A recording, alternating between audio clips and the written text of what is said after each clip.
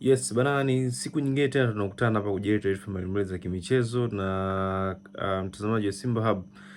Leo hii tunakwenda kuangalia ambacho kimezungumzwa siku ya jana, pamoja na taarifa nyingi ambazo zilitoka katika press ambayo ilifanywa na Simba Sports Club chini ya mwenyekiti wa bodi ya Simba Crescentius Magoli, ambaye alizungumza vitu vingi akigusia vitu vingi ambavyo vimekuwa vikiendelea katika klabu kwa wiki za hivi karibuni. Lakini kabla tujaendelea ni endelea kusubscribe channel yetu hii ya Simba Hub. Endelea kutoa maoni yako katika comment section, lakini pia usisahau kushare taarifa zetu, lakini pia kulikes, ili utuwezeshe sisi kuendelea kuwa na nguvu ya kuzifikisha habari hizi katika chombo chako cha habari mahali popote utakapokuwepo. Ukiendelea ukisubscribe channel yetu hii ya Simba Hub, utatusaidia sisi kufikia wewe kwa urahisi, lakini ukitoa maoni yako katika comment section utatuwezesha sisi pia kufahamu ni nini ambacho unataka kukifahamu kutokea katika klabu yako ya Simba, lakini maoni yako ni yapi juu ya taarifa ambazo tumekuwa tukiziweka katika platform hii ya Simba Hub. Lakini ukishare taarifa zetu pia utazifanya taarifa hizi ziweze kufika mbali na kuwafikia na Simba wengi na wadau mbalimbali wa kimichezo ambao wamekuwa wakifuatilia taarifa zetu kutoka katika platform yetu hii ya Simba Hub. Sasa tukirejea katika hoja ambazo alizitoa mwenyekiti wa bodi siku ya jana, alizungumzia vitu vingi ikiwemo, cha kwanza ni masuala ya kadi za wanachama. Alizungumza kuhusiana na kuchelewa kwa kadi hizo ambazo zilipaswa zitoke mwezi wa tatu mwaka jana, tarehe 20 mwaka huu tarehe 27 Machi 27, lakini ikashindwa kuwa hivyo. Akazungumza kwamba tatizo lilikuwa ni la kimfumo zaidi, lakini pia issue kubwa aliyoizungumza katika press ya jana ilikuwa ni swala la mchezaji ambaye uraia wake unatiliwa shaka na klabu ya Simba, ama uhalali wake wa kuitumikia ligi kuu ya soka Tanzania bara umekuwa ukitiliwa shaka na klabu ya Simba tangu amesajiliwa na kikosi cha Young Africans katika dirisha dogo la usajili la mwaka huu wa 2026. Sasa walizungumza mambo mengi kwamba wanahitaji review ya hukumu ile ambayo ya review ya kile ambacho kiliamuliwa na shirikisho la soka Tanzania bara kupitia kamati yao ya sheria na hadhi za wachezaji, kwamba wapate kufahamu ni nini ambacho wamekiamua. Lakini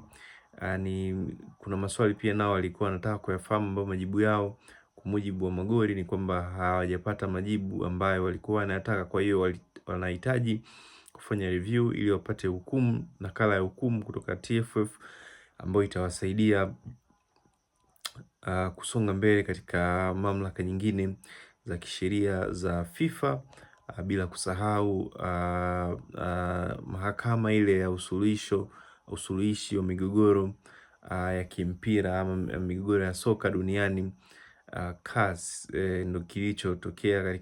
katika hoja ya pili ama ajenda ya pili ya mkutano wa Crescentius Magoli. Lakini vitu vingine ambavyo alivitolea ufafanuzi ni swala la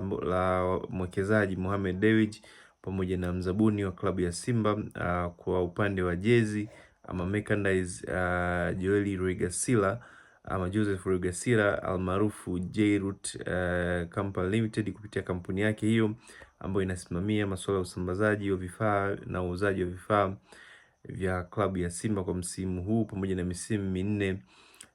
iliyopo mbele baada ya huu, yani misimu mitano. Ni kwamba issue kubwa ilikuwa inawahusu watu hawa wawili wenye nguvu ya kifedha katika klabu ya Simba, ilikuwa ni swala la uwanja, kwamba mwanzoni wiki iliyomalizika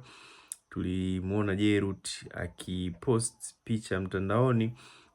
katika mtandao wake wa Instagram akiwa huko China, ambapo alikutana na wakandarasi wa viwanja huko China, Beijing, katika mji mkuu wa Beijing, kudiscuss masuala mbalimbali ambayo yalikuwa yanahusu uwanja, masuala ambayo yalikuwa yanahusu uwanja. Na katika post ile, kama mnakumbuka, nilielezea hapo ni kwamba alisema kabisa hii ni project ambayo inafuatia baada ya ahadi zake kadhaa ambazo aliziahidi wakati anachukua tenda ya usambazaji wa vifaa vya michezo vya Simba, kuahidi kwamba ataipa klabu basi jipya la Iriza, basi ambalo lipo muda wote linakaribia kufika nchini. Lakini issue ya kusajili mchezaji mpya tayari ahadi hiyo ameshaikamilisha. Tunafahamu Ino Loemba alisajiliwa kwa fedha kutoka upande wa mzabuni wa jezi Jairut, lakini na vitu vingine pia vingi ambavyo amekuwa akivitekeleza ambavyo havionekani katika macho ya kawaida, ikiwemo kutoa pesa kwa ajili ya kusupport event mbalimbali za club na shughuli mbalimbali za club. Amekuwa akitoa pesa kama ambavyo aliahidi. Sasa hili swala la uwanja likazua mjadala kwamba inakuwaje uwanja wa klabu ya Simba ujengwe na mzabuni tu na sio mwekezaji. Ndipo pale pia siku moja baadaye iliyofuata akaibuka mwekezaji wa klabu ya Simba na rais wa heshima wa klabu ya Simba Mohamed Dewji, ambaye naye pia zilitoka taarifa, hazikutoka taarifa official rasmi kutokea upande wake, lakini zilikuja kama tetesi ambazo zimethibitishwa na mwenyekiti wa bodi ya Simba Magori leo hii kwamba aliandika barua kwenda kwenye bodi ile ya wadhamini wa klabu ya Simba trustees, kuomba kujenga facilities za uwanja wa Mo Arena uliopo Bunju kule Dar es Salaam. Sasa wengi walidhani kwamba maombi yale ya Mo yalikuwa ni ya kujenga uwanja wa mechi wa klabu ya Simba, lakini kumbe yeye alisema atauendeleza ama ataufanyia maboresho, anataka kufanyia maboresho uwanja wa mazoezi wa Simba wa Mo Arena. Na Magoli, kwa mujibu wa Magoli, ni kwamba hata hayo mapendekezo ambayo Mohamed Dewji ameandikia bodi ya wadhamini ya Simba imetokana na matakwa ya mwanasheria mkuu wa serikali ambaye kupitia masuala yale ya transformation na mabadiliko ya katiba mpya ya Simba yanamhitaji mwekezaji kutimiza wajibu huo wa kujenga uwanja ama kusaidia maboresho ya viwanja vya mazoezi pamoja na mambo mengine na miundombinu mingine ambayo inapaswa kuwepo huko Mo Simba Arena, uwanja ambao upo Bunju. Kwa hiyo Mo yeye hajengi uwanja wa mechi, anataka kufanya maboresho ya uwanja ule wa mazoezi wa Simba uliopo Bunju, na hiyo anafanya kwa sababu ya matakwa ya kisheria kutoka serikalini na sio kwa utashi wake ama kwa upendeleo wake. Wakati Jairut yeye alikuwa anataka kutengeneza uwanja ambao alitaka kuijengea klabu ya Simba uwanja ambao kwa asilimia kubwa utakuwa unamilikiwa na klabu, lakini leo hii taarifa ambayo imetolewa na mwenyekiti wa bodi ya klabu ya Simba amezungumza kwamba hakuna makubaliano hayo ya Jairut ya kuijengea klabu ya Simba uwanja, bali makubaliano pekee kati ya klabu na Jairut ilikuwa ni Jairut kuilipa klabu kiasi cha bilioni 1 za Kitanzania kama sehemu ya kuchangia pato ambalo litakwenda kuongezeka na kuifanya klabu iweze kujenga uwanja wa kisasa. Yani zile stori za Jairut kuambia umma kipindi kile anashinda tenda ya udhamini na usambazaji wa jezi ya kwamba yupo tayari atajenga uwanja wa Simba, kwa mujibu wa Magori anasema sio kweli, kwamba uwanja wa Simba utajengwa na wanasimba wenyewe akiwemo mwekezaji. Sasa hili limezua mjadala kwa sababu tunafahamu kwamba Jairut mara kadhaa amekuwa akizungumzia swala la uwanja kwamba ni yeye atatoa fedha zake mfukoni, ataijengea klabu ya Simba uwanja ambao utachukua mashabiki wasiozidi 12,000. Sasa inakuwaje viongozi wa Simba